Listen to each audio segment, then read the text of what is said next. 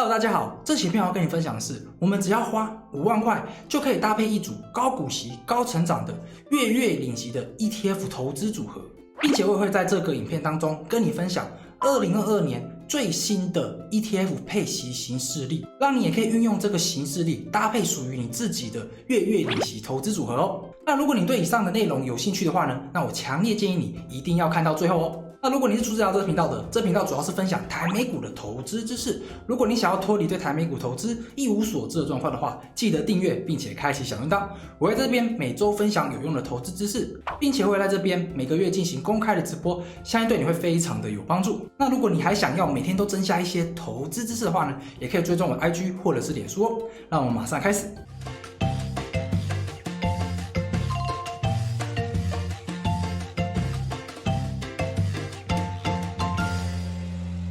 好，那我这期影片会给你介绍纯台股的 ETF 配息行事历。那这个资讯是截至2022年3月的资讯，可以说是最新的资讯哦。那我相信你一定有发觉，最近这几年台股有发行非常多档 ETF， 而这些 ETF 都是属于季配息的 ETF。那我们只要稍微做一下投资组合的搭配，我们就可以花少的钱达到每个月领股息的这个目标哦。好，那接下来我会先介绍2档 ETF。那这2档 ETF 是在每年的2月、5月、8月还有11月的时候呢，会进行除息。那这边大家要先知道的一点就是，除息不代表说钱已经汇到你的账户当中，除息是代表说我们参与了这次的除权息，那钱呢通常会在隔1个月的时候呢才会汇到你的户头当中。那为了方便起见防止大家搞混，所以我后面的日期呢全部都是除息日哦。那我们要先介绍2档 ETF， 分别是00900以及00878。那00900这档 ETF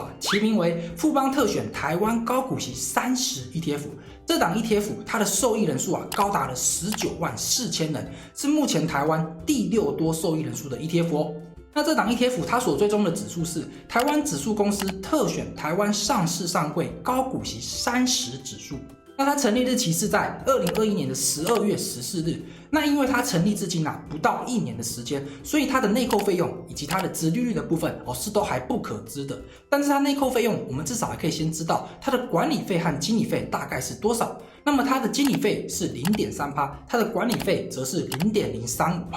那其实我也可以稍微初估一下它这档 ETF， 它的内扣费用应该会高达 1.1% 以上。那为什么会那么高呢？因为主要是它的周转率是非常的高。那如果你想要了解这档 ETF 的细节的部分的话呢，也可以点击我上方的这部影片连结，那我做更详细的介绍哦。虽然我们还不知道这档 ETF 它的股息殖利率大概会落在哪里，但是呢，我们依据富邦投信他们的一个公开说明书上面所表示的，这档 ETF 它的历年回测大概可以来到 9% 的高殖利率哦。那另外一档 ETF 就是00878国泰台湾 ESG 永续高股息 ETF， 它目前的受益人数是42万人，是台湾受益人数第3多的 ETF 哦。那它所追踪的指数是 MSCI 台湾 ESG 永续高股息精选30指数。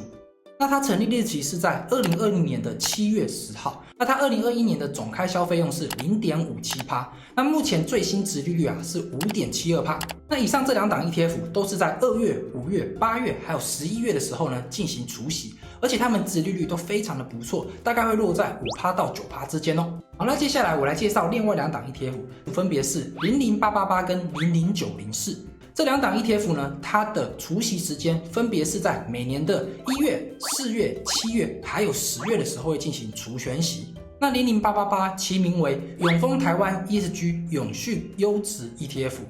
那目前呢，这档 ETF 的受益人数是9万1千人，是台湾第11多的受益人数 ETF 哦。那这档 ETF 它所追踪的指数是富时台湾 ESG 永续优质指数，它的成立日期是在2021年的3月23号。那最近1年的总开销费用是 0.67%。那殖利率的部分是还不知道因为这档 ETF 它在成立180天以内是不会进行收益分配的。虽然我们没有这档 ETF 它的殖利率的资料，但是呢，我们可以从这档 ETF 00888的公开说明书可以看到，它的指数筛选规则是有纳入近12个月的殖利率作为评分标准所以这档 ETF 它的殖利率应该是不会太差。那接下来我们来介绍另外一档 ETF， 这档 ETF 叫做00904，其名为星光台湾全市场半导体精选30 ETF， 它的受益人数目前只有12000人因为它是一档非常新的一档 ETF 它的受益人数是台湾排名第44名的 ETF，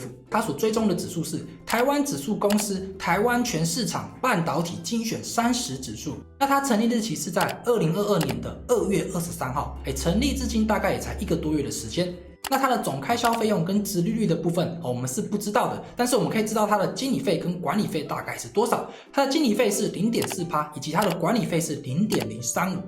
那这两档 ETF 都会在每年的1月、4月、7月还有10月的时候进行除息。然后呢，这两档 ETF 都是非常年轻的 ETF。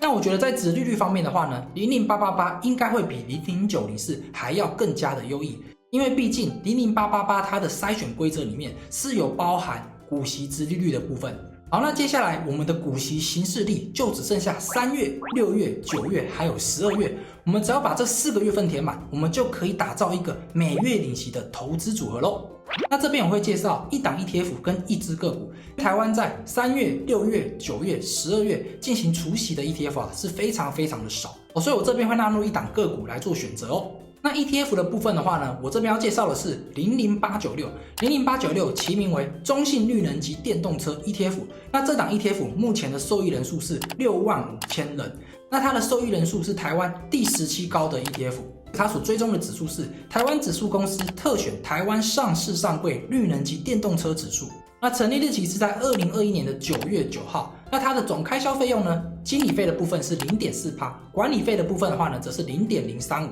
那因为它没有成立1年嘛，所以它的总开销费用的部分的话呢，是还不知道的。好，那它近4季的殖利率也一样是资料不足的。好，那个股的部分的话呢，是哪一档个股呢？就是2330台积电。台积电我就不用多做介绍了吧，它是我们台湾的护国神山它的成长潜能可以说是大家有目共睹的。好，那上面这一档 ETF 跟台积电都是成长潜能非常高的投资标的电动车跟半导体就看你自己要如何去进行挑选了。好，以上就是我今天要分享的5档 ETF 跟1只个股，用这6个标的就可以打造一个每月领息的投资组合。那我这边每个月都有给大家2个投资标的可以做选择，那我们应该要如何进行搭配呢？那如果你跟我一样都非常的注重分散投资的话呢，那接下来我们就要来比较成分股以及产业分布的部分。首先我们来比较一下1月、4月、7月还有10月这2档 ETF 它们的产业分布。那00888呢，它有 53% 的半导体产业， 14.5% 的金融保险业， 8.6% 的电脑及周边设备业，以及 8.5% 的通讯网络业，以及 6.2% 的电子业。那它主要产业分布的部分是在半导体产业，而且这档 ETF 呢，它有 28.5% 是属于台积电那另外一档 ETF 叫做00904，那这档 ETF 它是专精半导体产业的 ETF， 所以呢它有 100% 的半导体产业。那台积电的占比呢是高达 30%。除息日期是在2月、5月、8月、11月除息的这2档 ETF 分别是00900以及00878。那00900它的产业分布的部分，我觉得就不用参考了，因为毕竟这一档 ETF 它的指数筛选规则是非常的特别它每年的周转率是高达200%以上所以呢它的成分股是基本上是没有什么参考的价值。00878它有 27.8% 的电脑及周边设备业， 25.1% 的金融保险业， 9.3% 的通讯网络业， 4.9% 的半导体产业，以及 4.5% 的电子通路业。那这档成分股当中是没有任何一点的台积电的比例好，那接下来我们来介绍3月、6月、9月、12月进行除息的 ETF， 分别是00896以及台积电。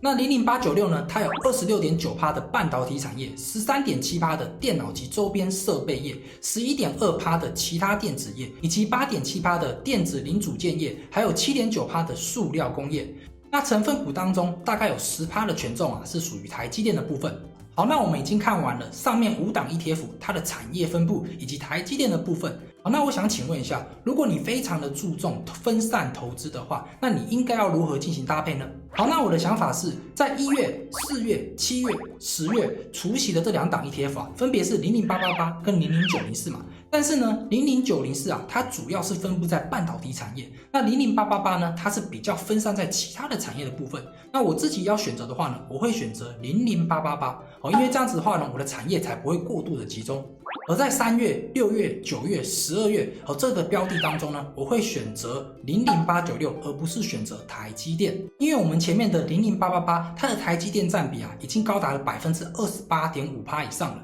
如果我们这边再选择台积电的话呢，那我们整体的投资组合啊，台积电的比例就有点太高了。如果你非常的喜欢半导体产业，你非常的喜欢台积电的话，那你应该可以选择00904以及2330，再去搭配00878或是00900。那如果你注重分散投资，而且又想要有高股息和高增长的话，那你可以选择00888，再去搭配00896，然后呢，接下来就是00878跟00900选择一档 ETF。那我觉得这会是一个不错的投资组合。那以上呢就是我自己的一些投资的分享。那如果你想要自行搭配一个月领型的 ETF 投资组合的话呢，我这边有一个表格要分享给大家。那这个表格的资料啊是统整至2022年3月25号，那里面包含纯台股 ETF 的内扣费用、殖利率还有除息日期的部分。那如果你有兴趣的话呢，我会将这个档案的下载连结放在资讯栏里面，供大家免费下载哦。好，那我们这个档案的话呢，就是一个台股 ETF 的一个形式例啊。那不过呢，我这边的台股的 ETF 啊，是只有纯台股的 ETF 所以它加起来大概是32档左右。那这个日期的话呢，是截至2022年的3月25号。那这边的话呢，你可以进行筛选，像是你配息周期的话，你可以筛选半年配，或是年配，或是季配都可以。那这边这个话呢，就是 ETF 的名称，然后呢，右边这个话呢，就是 ETF 的代号。那股价的部分的话呢，也是一样，截至2022年的3月25号为止的一个股价表现。那殖利率的部分的话呢，你也可以筛选像是你想要从小排到大，或者是说你要从大排到小也可以。那右边的部分的话呢，因为有很多人想要了解到说，这些 ETF 他们内扣费用是多少，所以呢，我有帮大家调查它2021年的总开销费用大概是多少。那这边的话呢，大家也可以用一个筛选的方式来排列，因为这些 ETF 都是刚挂牌上市未满1年，所以呢，这边的话呢，我就是没有它的资料。那右边的部分的话呢，就是它配息的月份，然后1月到12月，好像是这一档 ETF 00692的话呢，它就是7月跟11月配息。那你们可以用这个表格，然后进行一个月份的排列，然后你们就可以搭配出每个月都可以配息的 ETF 投资组合咯。好，那就这样子。好，那接下来我要跟大家分享一下我自己研究的投资心得啦。第一个就是，如果你是一个注重现金流的投资人，那你应该也要注重投资的成本，因为投资的成本越少，就代表说什么？代表说你的现金流越多。所以你在挑选 ETF 做投资组合的时候呢，内扣费用一定是你要注重的一点哦。那我相信你也不想要说，表面股息好像领得很爽，但是呢，整体投资报酬率却非常的差因为它的报酬全部都被投信给吃光光了。那我觉得这样就是得不偿失啊。那第二点就是，如果你是一个喜欢每月领股息的投资人，那我相信你一定非常喜欢稳定的投资。也就是说，你并不希望你的投资组合它的波动太过于剧烈，所以你在搭配月领息的投资组合的时候，记得一定要非常的注重在分散投资上面哦。好，那以上就是我这期影片的分享。如果你觉得内容有帮助的话呢，欢迎点个赞再走因为持续输出不易我非常的需要大家的支持。那我是不随意做股市，只真心分享价值 Kevin， 我们下期影片见，拜拜。这次不知道讲多久，能讲很久。